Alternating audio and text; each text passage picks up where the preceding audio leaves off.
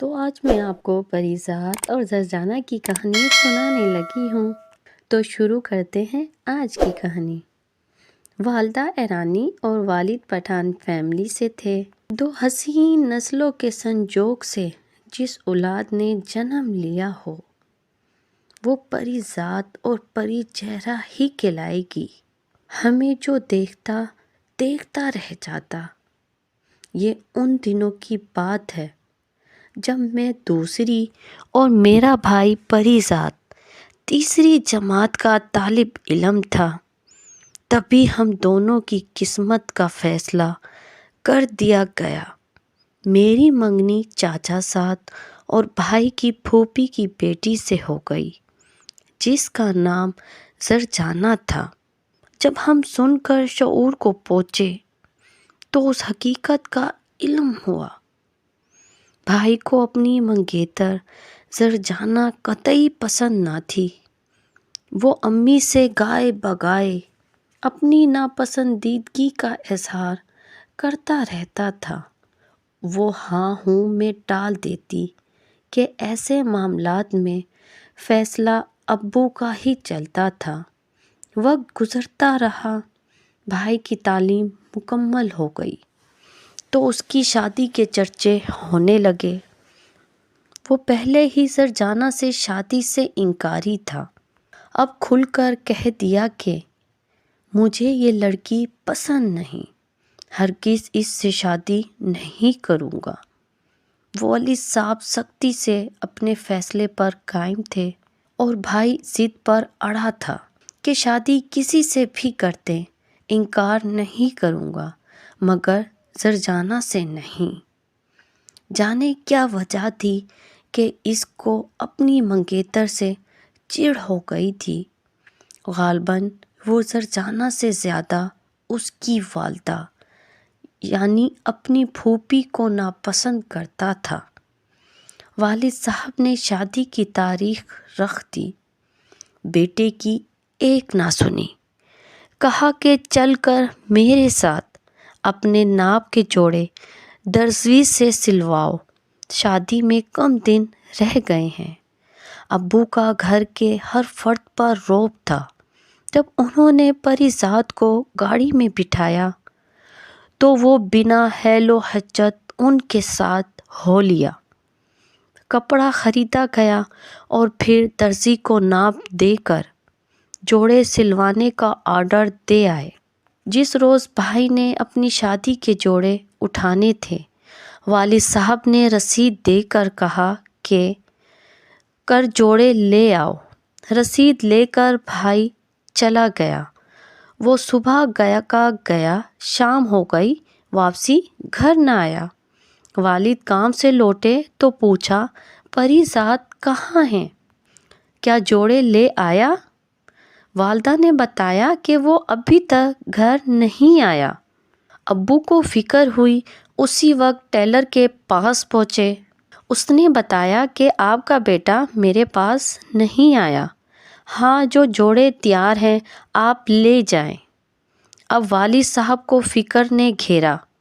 جہاں تک پہنچ تھی اور گمان تھا کہ پریزاد وہاں موجود ہوگا، وہ گئے، ہر جگہ پتہ کرایا، بھائی کو ملنا تھا اور نہ ملا۔ جانے وہ کہاں چلا گیا تھا۔ اتفاق کہ اسی دن پھوپھی بھی زرجانہ کی شادی کے جوڑے اپنے درزی سے لائی تھی۔ وہ خوش جوڑے ٹرائی کرا رہی تھی کہ ٹھیک سلے ہیں یا نہیں۔ امی نے بھی انسلا کپڑا پھوپھی کو بھجوا دیا تھا کہ جب تم زرجانہ کے کپڑے سلوانے جاؤ تو بری کے جوڑے بھی سلوا لینا تاکہ صحیح سل جائیں۔ ساتھ ہی سلائی کی رقم بھی دے دی تھی۔ امی نے بہت خوبصورت اور قیمتی کپڑے خریدے تھے اور پھوپھی خاص طور پر ایک مشہور ٹیلر کے پاس گاؤں سے شہر آئی تھی۔ واپسی میں اس خیال سے ہمارے گھر آ گئی کہ شام ہو رہی تھی۔ سوچا کہ بھائی کو کہوں گی اپنی گاڑی میں گھر چھوڑ آئیں گے اور بری کے سلے ہوئے جوڑے بھی بھابھی کو دیتی جاؤں گی۔ وہ لوگ انتہائی مسرور آئے تھے، لیکن جب ہمارے گھر میں قدم رکھا تو یہاں سوگ کی سی کیفیت تھی۔ سبھی کے چہرے اترے ہوئے، سب بہت پریشان تھے۔ پریزاد کی گمشدگی کی وجہ سے ہماری رونی شکلوں کو دیکھ کر پھوپھی نے پوچھا، خیر تو ہے؟ خدا نہ خواستہ کوئی برا واقعہ تو پیش نہیں آ گیا؟ یہ شادی کا گھر ہے مگر ہر شخص اداس ہے۔ قبرستان کی سی خاموشی چھائی ہوئی ہے۔ ان کا اتنا کہنا تھا کہ والدہ کی آنکھوں سے چھم چھم آنسو گرنے لگے اور نین نیر بہنے لگے۔ اب تو پھوپھی کو بھی تشویش ہوئی کہ کوئی سنگین معاملہ ہو گیا ہے۔ بالآخر ان کو بتانا پڑا کہ پریزاد صبح شادی کے جوڑے لینے گیا تھا، ابھی تک نہیں لوٹا ہے۔ ٹیلر ماسٹر سے معلوم کیا تو اس نے بتایا کہ وہ ادھر نہیں آیا۔ بہت ڈھونڈا، اس کا کچھ پتہ نہیں چلا، اس لیے ہم لوگ پریشان ہیں۔ کیا گھر سے ناراض ہو کر گیا تھا؟ پھوپھی نے سوال کیا۔ بس ایسا ہی سمجھ لے، میرے منہ سے نکل گیا۔ کسی بات پر ناراض تھا؟ وہ ابھی شادی نہیں کرنا چاہتا اور امی ابو زبردستی کر رہے ہیں۔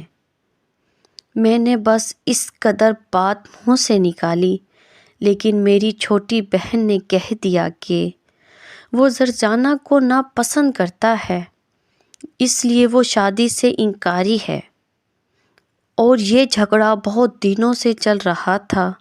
امی نے کہہ دیا تھا کہ اگر میرے ساتھ زبردستی کی گئی تو میں گھر سے بھاگ جاؤں گا یا خودکشی کر لوں گا، مگر ابو نے اس کی بات نہ سنی اور شادی کی تاریخ رکھ دی۔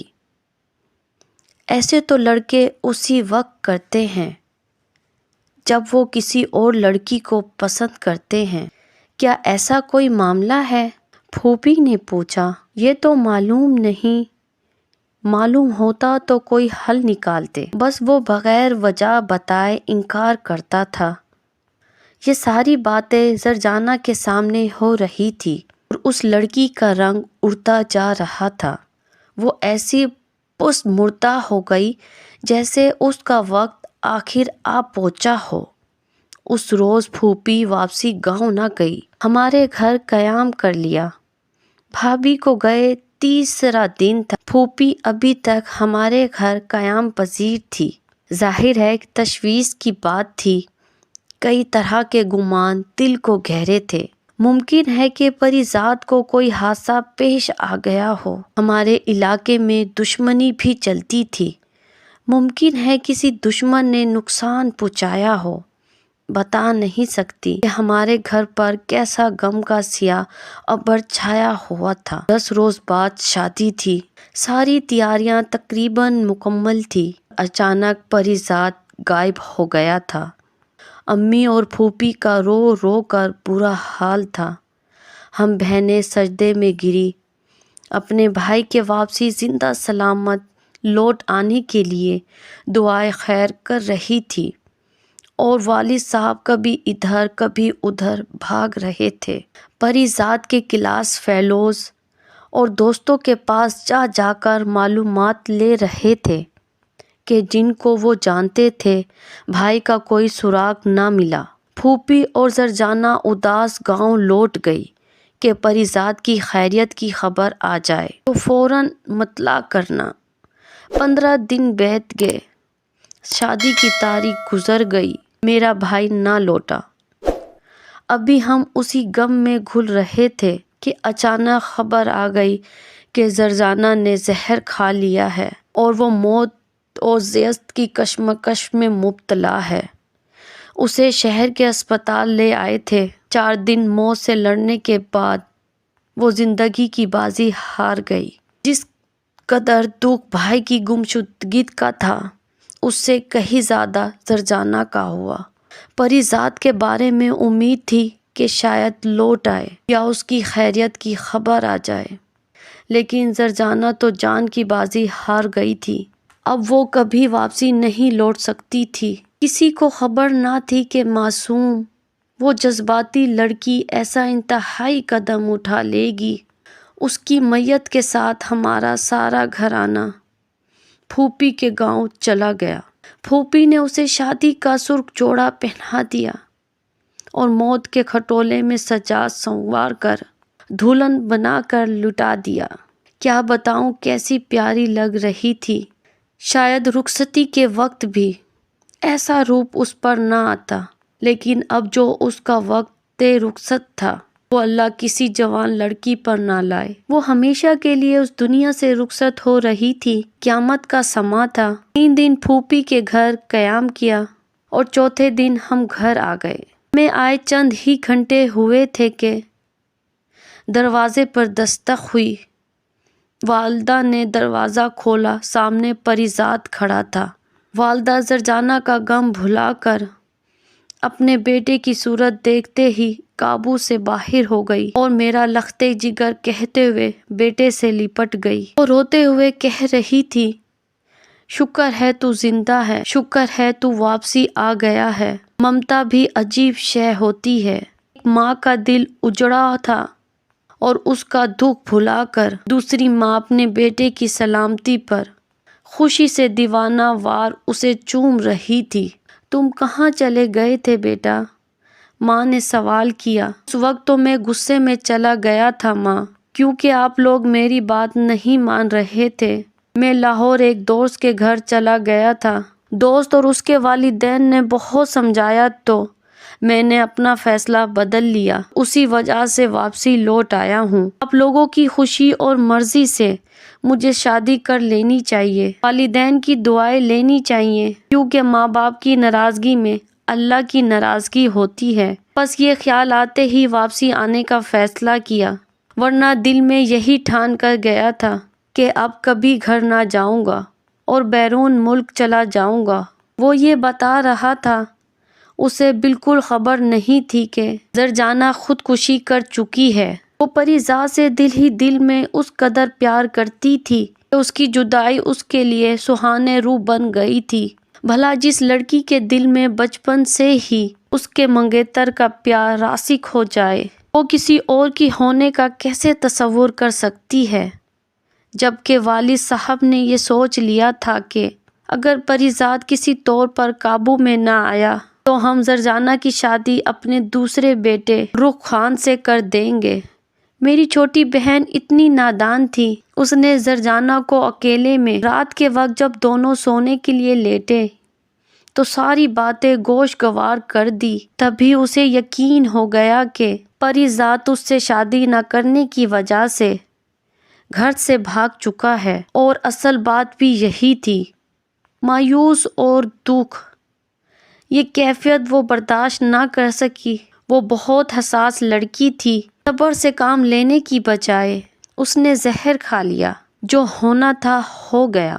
سبھی کو زرجانہ کی جوان موت کا بہت دکھ تھا، مگر سب سے زیادہ دکھ پریزاد کو ملا۔ وہ خود کو اس کی موت کا ذمہ دار سمجھتا ہے اور اپنے آپ کو مجرم گردانتا ہے۔ کسی قصور کی سزا جسمانی مل جائے تو انسان سہ لیتا ہے، لیکن روح کی سزا اور ضمیر کی سولی ایسی تکلیف دہ سزائیں ہیں کہ عمر بھر آدمی اذیت میں رہتا ہے۔ یہ ایسی سخت سزائیں ہیں جو کبھی معاف نہیں ہوتی۔ آج بھی میرا بھائی اداس ہے۔ اس کے چہرے پر اس دن سے آج تک کبھی کسی نے مسکراہٹ نہیں دیکھی۔ وہ مسکراتا بھی ہے تو ایسے جیسے رو رہا ہو، کیونکہ اس کا دل ہر وقت اندر سے روتا ہی رہتا ہے۔ کتنی عجیب بات ہے کہ زرجانہ نے زندگی میں اس سے محبت کی اور پریزاد کو اس سے اس وقت محبت ہوئی جب اس نے اپنی زندگی کا دامن چھوڑ دیا اور ہمیشہ کے لیے موت کی وادی میں اتر گئی۔ اس نے مر کر میرے بھائی کو ایسی سزا دی ہے کہ جب تک پریزاد زندہ رہے گا اس سزا کو جھیلنے پر مجبور ہوگا۔ دوستو، یہ تھی آج کی کہانی۔ اپنی رائے کا اظہار کمنٹس میں ضرور کیا کریں۔ ملتے ہیں ایک نئی کہانی کے ساتھ، جب تک کے لیے اللہ